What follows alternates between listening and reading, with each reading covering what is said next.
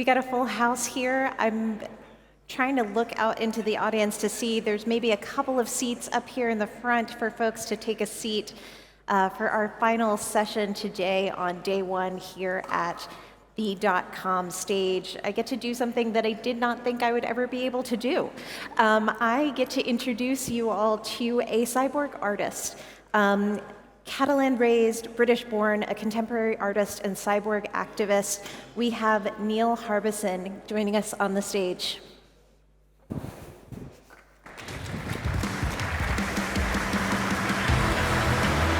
Thank you.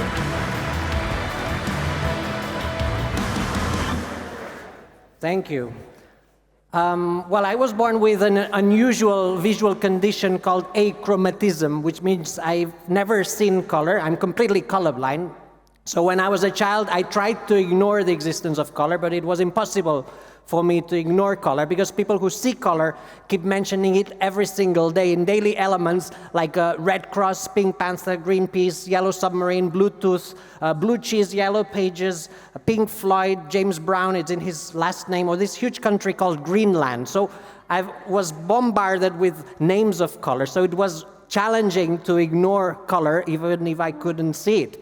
Also, when you use color as a code, sometimes hot water and cold water is only expressed through color codes. Also, maps use a lot of color codes. This is fine, but if I go to Tokyo, I can get easily lost because some maps really depend on color perception. Also, when I was trying to learn the colors of flags, I had this situation.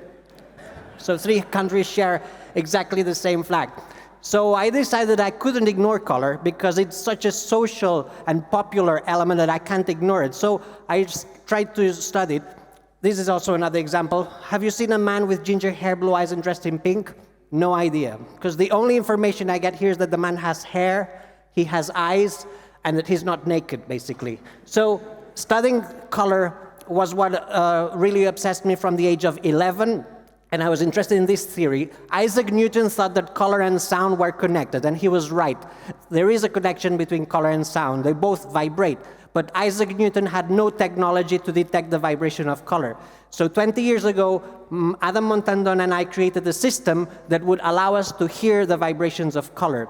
So basically, it was a sensor, computer, and then it transformed the light into sound. And this is how I slowly was able to start listening to the frequencies of color.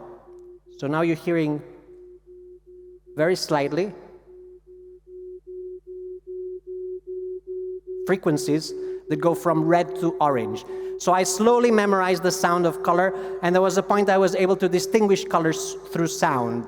Now, the system was just from the spectrum of color that goes from red to violet, but then technology can detect colors that the human eye cannot sense. So I included infrared and ultraviolet. So then I was able to also sense these colors that humans can't sense. Sensing infrared allows me to know if there's movement detectors in a room, so I can go to a shop or a bank and tell if the alarms are on or off.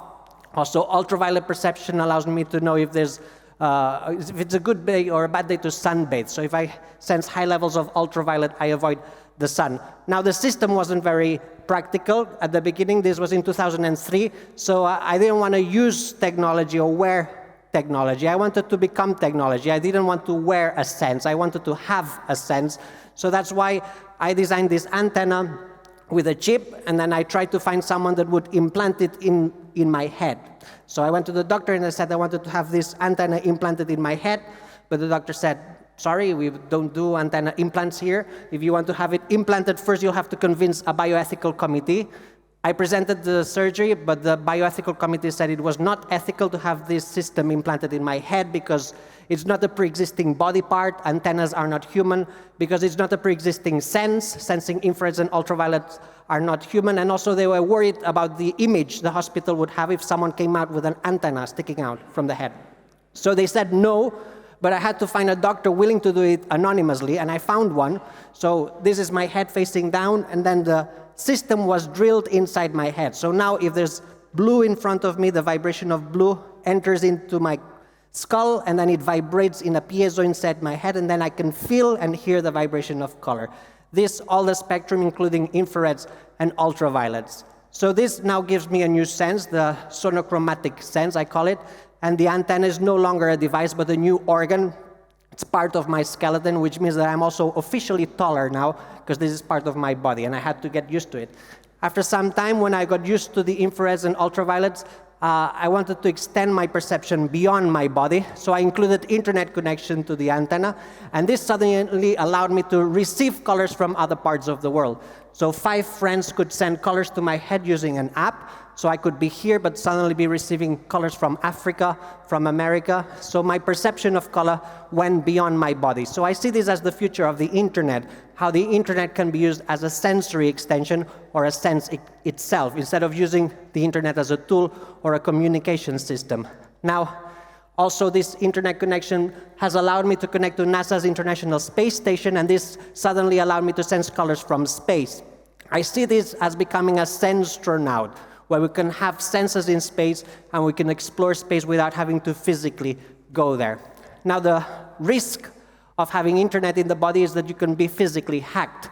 And that's something that I tried to avoid, but through all these years, it only happened once that someone without permission sent colors to my head. So I was physically hacked once, but I actually enjoyed it. It was an interesting experience that someone unknown was able to send colors to my head. But in order to stop this possibility, a year ago, I stopped the internet connections, and now the only way to access my head is via the blockchain. So if you want to send colors to my head, you need to do it through an NFT. This NFT has unlockable content that allows you to access my head. So the only way to send colors to my head is via the NFT. So this is a safer way to connect our bodies to the internet via the blockchain. I see this as cyborg art, the art of creating new senses, new organs, and designing our own perception of reality. I define myself as a cyborg because I no longer feel the difference between the software and my brain, and I no longer feel the difference between the antenna and any of my body parts. And this is what I tried to explain to the UK government in 2004, because they said there was a problem with my passport photo. They said there's a law, a regulation that says you are not allowed to appear with electronic equipment on passport photos. I replied saying that the antenna is not an electronic equipment, but a new organ, and I told them that I define myself as a cyborg, and they replied saying, no, you should remove the antenna. So this became a battle in 2004 with the UK Passport Office to convince them that they should accept the antenna as an organ. And after some months, they accepted this explanation, and they allowed me to appear in the passport with the antenna. And this has helped me travel a lot, because in security controls, there's always issues with technology.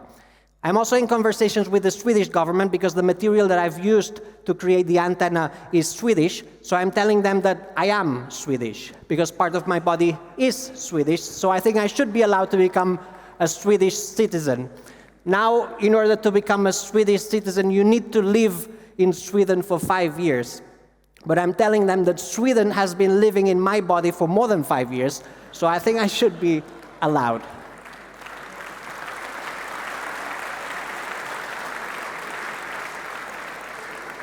So hearing color has changed my life in many ways, because now hearing the vibrations of colors means that I can dress in a way that it sounds good. So I can dress, for example, in C major, in F minor, or I can dress and wear a song. I've designed different clothes that sound like different songs. I can also compose music by looking at things. So if I look at different fruit and vegetable, I can compose music in my head, so I no longer need to play the piano.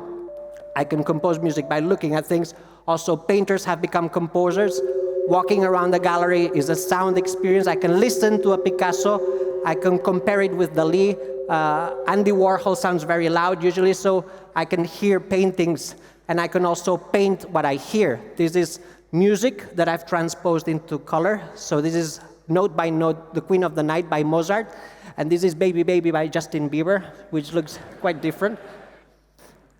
My experience of food is completely different now, because I can also compose music with food, and I can eat songs depending on how I distribute the food on the plate. I wanted to share this experience with other people, so we created a dish that allows you to hear the food. So this same chip is inside a plate, and when you rotate, you can hear the food, and you can eat Lady Gaga music or whatever melody you want to do. So basically, the chef becomes a composer. And one of the biggest changes is the way I see people, because when I look at you, I can hear your face.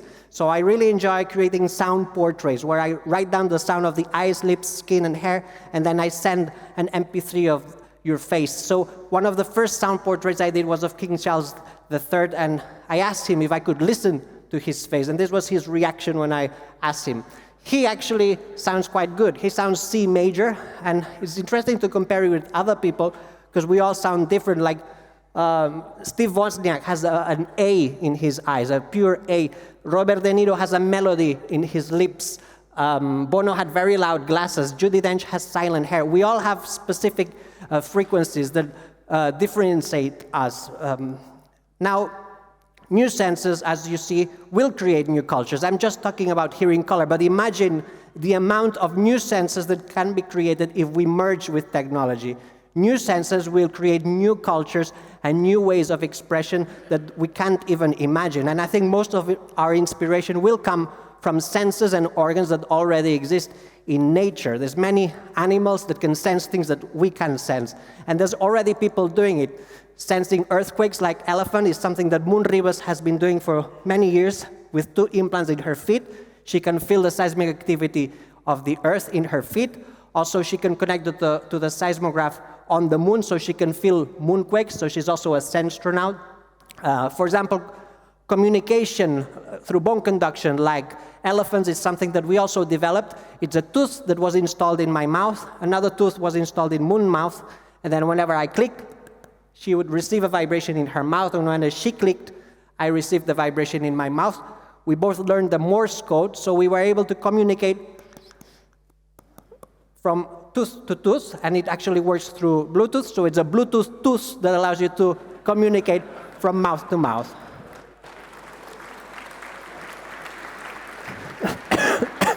Echolocation is something that many species can feel. They can feel their surroundings. So we created this sense for Joe Dagnit. He can feel presence around him through 2 implants at the front and at the back. So he doesn't need his eyes or ears or his traditional senses to feel if someone is near him.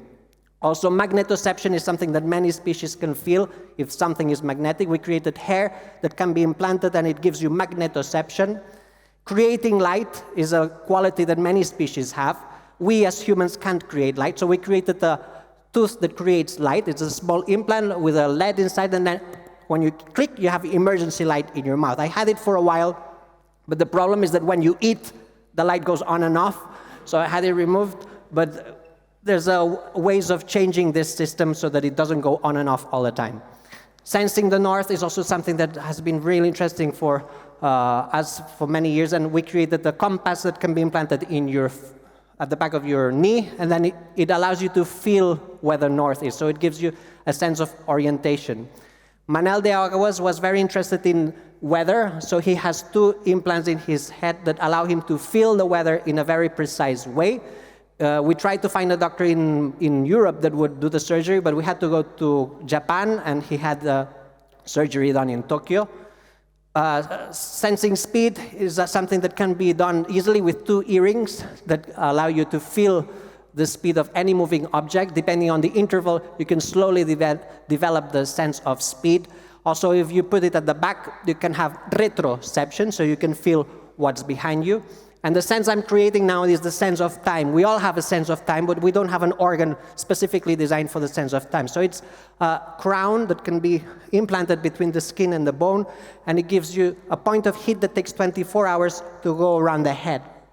Basically, it allows you to feel the rotation of the earth, and then if your brain gets used to it, you can start creating time illusions. If you want the situation to last longer, you can make the point of heat go a bit slower or a bit faster. So the aim is to take Albert Einstein's time relativity into practice and create time illusions so that we can control our perception of time.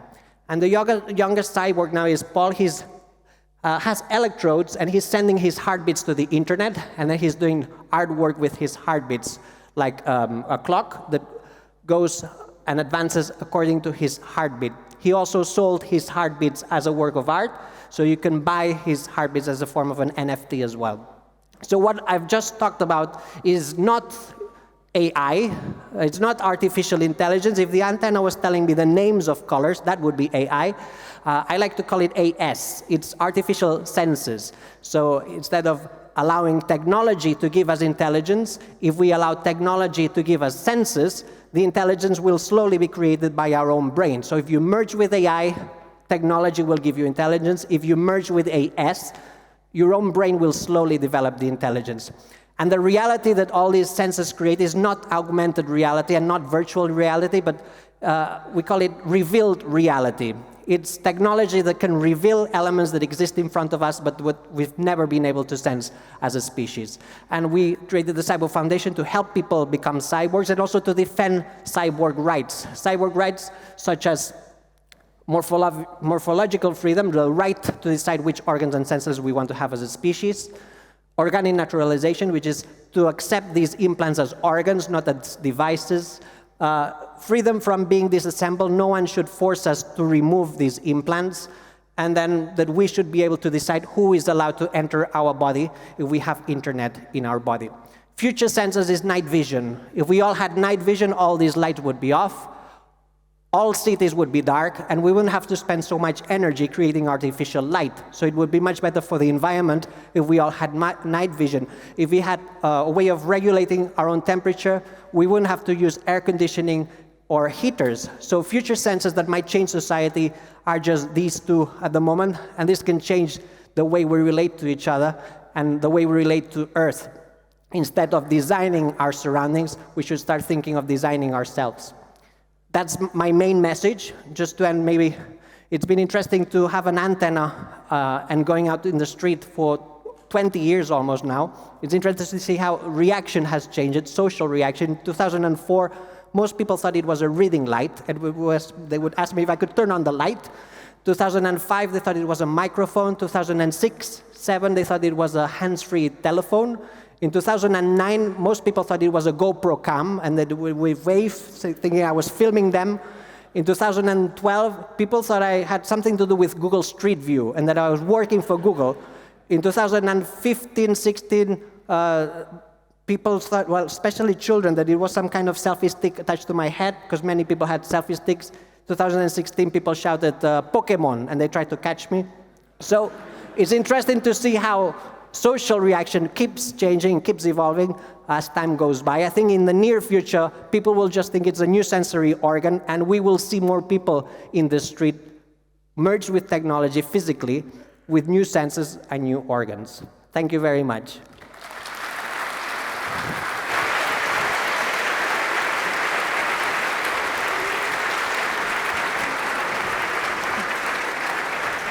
Wonderful. Nice. Thanks. Nice.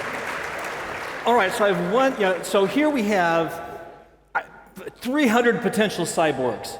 So which of these sensory devices or organs, as you call them, do you think they should do first, or what will catch on first? I think maybe just having a bone ear. So instead of blocking our ear when we talk on the phone, instead of blocking our sense of hearing, having an independent connection to the internet so we can receive phone calls, listen to music, instead of using our ears to listen to music. To create bone-conducted music means that we can create music that goes beyond the spectrum of hearing. So I think it's a very simple implant, like bone conduct, having an input to the bone, and I think that might be something that will happen soon. That's a good answer. Cheers. Wow. Thank you very much. Everybody, one more time for William. Please. Thank you. Thank you so much. We appreciate it here. We appreciate you. Cheers.